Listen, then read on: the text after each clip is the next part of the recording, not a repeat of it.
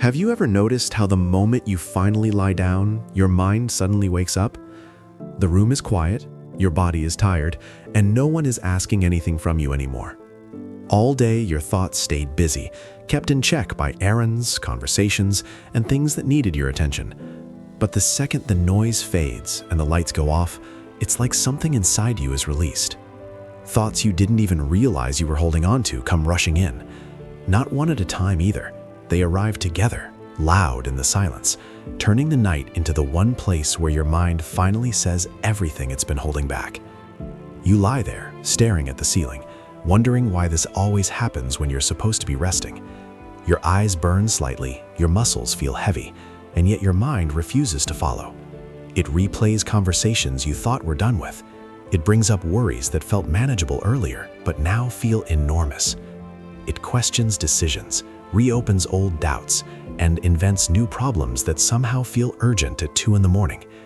And there's often that quiet frustration layered on top of it all. The thought that you should be sleeping by now, that something is wrong with you for not being able to shut it off. What's rarely talked about is how much effort it takes just to get through a normal day. Even on days that don't look stressful from the outside, you're constantly regulating yourself. You're holding back reactions, making quick judgments, staying polite, staying functional, staying composed. You're prioritizing what needs attention right now and pushing everything else to the side because there simply isn't room for it. That pushing doesn't make those thoughts disappear, it just delays them. And when night arrives and the pressure finally drops, the mind treats that stillness like an open door. During the day, you're in motion. There's momentum. Even anxiety has direction. At night, there's nowhere for that energy to go. The same thoughts that were background noise earlier now echo. A small worry becomes a full narrative. A passing doubt turns into a deep interrogation. The mind isn't suddenly smarter at night, even though it feels that way. It's just louder because there's nothing competing with it anymore. Silence gives it the stage. There's also something about darkness that changes how thoughts feel. Problems seem heavier, more permanent, more serious after midnight. A concern that felt solvable at noon can feel like a life-defining failure at night. You start believing that if you don't figure this out right now, something terrible will happen, as if sleep itself is conditional, as if rest has to be earned by resolving everything first. That sense of urgency is convincing, but it's rarely accurate. Night thinking has a way of stripping away context and exaggerating consequences. It doesn't mean you're seeing the truth more clearly. It usually means you're seeing it without balance.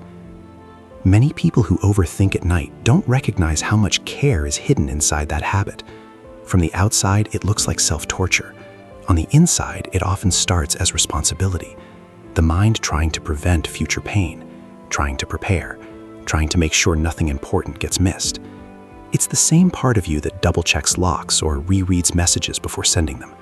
At night, with no outlet, that concern loops back on itself. Instead of solving, it circles. Instead of protecting, it exhausts. You might notice how the thoughts don't even move forward. They repeat, different angles of the same worry, different versions of the same conversation. That looping isn't because you're bad at letting go. It's because the mind doesn't feel contained. There's no clear signal that it can stop working, so it keeps going, just in case, just to be safe. Ironically, the more you fight those thoughts, the louder they become. Telling yourself to stop thinking almost never works. Demanding sleep turns rest into a task, something you're failing at in real time.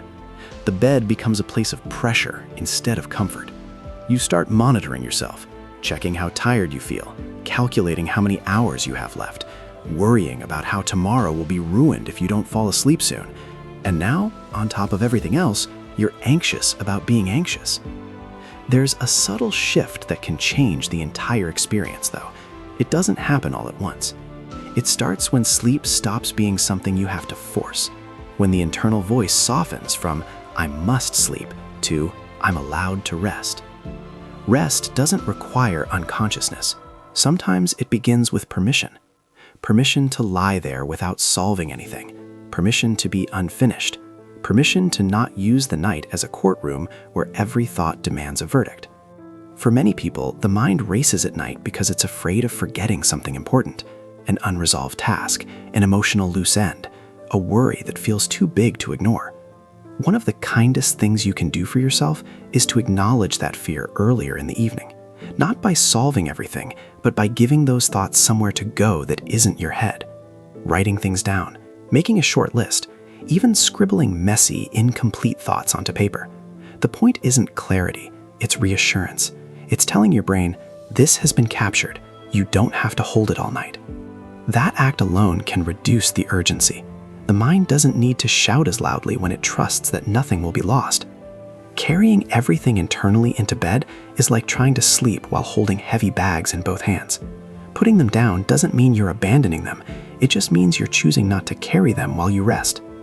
Night is also a terrible time for decisions, even though it insists otherwise. Everything feels more absolute, more emotional, more personal. Teaching the mind that night is not decision time takes patience. It helps to imagine a mental parking lot, a place where thoughts can be placed temporarily, not dismissed, just delayed. This matters, you tell yourself, but not right now. Over time, that builds trust. The mind learns that postponement isn't neglect. When thoughts spiral, the body often gets forgotten. You're so deep in your head that you don't notice your breathing has become shallow or your jaw is clenched. Thought feeds thought. Sensation interrupts it, not by force, but by redirection. Feeling the weight of the blanket, noticing the rhythm of your breath without changing it, paying attention to how the mattress supports you. These are small anchors, but they're powerful because they bring you back to something real and immediate. The body doesn't argue, it just is. You might have noticed that the more stimulating your evenings are, the more intense your night thinking becomes. Endless scrolling, emotional conversations, problem solving late into the night, it all lingers. The mind doesn't instantly power down just because the lights go off. There's a delay. What you feed it in the evening often shows up later when you're trying to sleep. Designing quieter evenings isn't about discipline, it's about protection. Protecting the version of you that has to lie in the dark with whatever remains. Silence, too, can be tricky. For some people, absolute quiet amplifies inner dialogue. The mind fills the void. Gentle, predictable sounds can help. Something neutral, a fan, soft music, a familiar podcast you've already heard. Not engaging enough to activate you, just steady enough to give the mind something to rest against. Silence doesn't always equal peace. Sometimes containment does. One of the hardest lessons, especially at night, is realizing that not every thought deserves your attention. Thoughts show up automatically, without asking permission, and the instinct is to chase them, answer them, fix them, or argue with them. A worry appears, and suddenly you're 10 steps ahead, imagining outcomes that haven't happened yet. A memory surfaces, and you're replaying it, rewriting it, wishing you'd said something different. Learning to let a thought exist without engaging it feels unnatural at first. It can feel irresponsible, like you're ignoring something important. But there's a quiet difference between ignoring a thought and choosing not to follow it. You notice it, you acknowledge it, and you let it move through without stepping inside it. Thoughts aren't commands. They're more like mental weather, passing conditions that change on their own whether you react or not. Not every mental noise needs a response, especially at 2 in the morning. This separation between awareness and involvement doesn't happen cleanly. It's awkward and imperfect. Some nights you'll manage it for a few minutes before getting pulled back in. Other nights you won't manage it at all. That doesn't mean you're failing. It means you're human. The mind is used to being in control, used to being listened to. When you stop answering every thought, it may get louder for a while, almost like it's testing you. That's part of the process. The goal isn't to empty your mind or achieve some perfect calm. The goal is gentleness. To notice when you've been pulled into a spiral, and without judgment, come back to the present moment again, and again, as many times as it takes. Over time, something subtle begins to change. The thoughts still appear, but they don't carry the same authority. They start to feel less like urgent truths and more like background chatter. You stop reacting to every concern as if it's a personal emergency. You begin to see that being awake at night doesn't mean something is wrong with you or that you've failed at resting. You stop treating sleep like a reward that only comes after you've solved everything.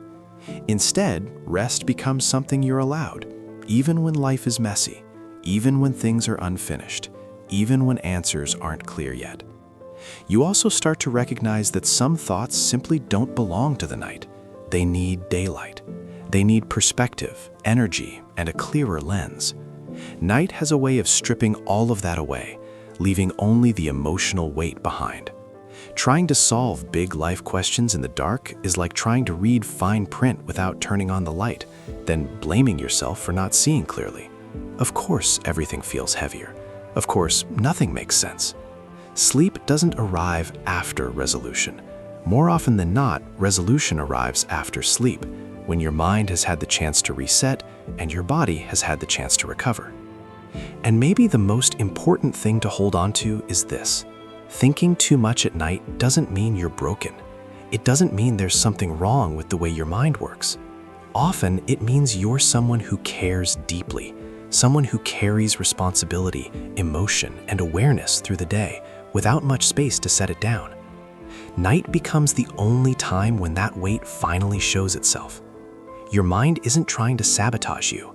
It's tired, just like you.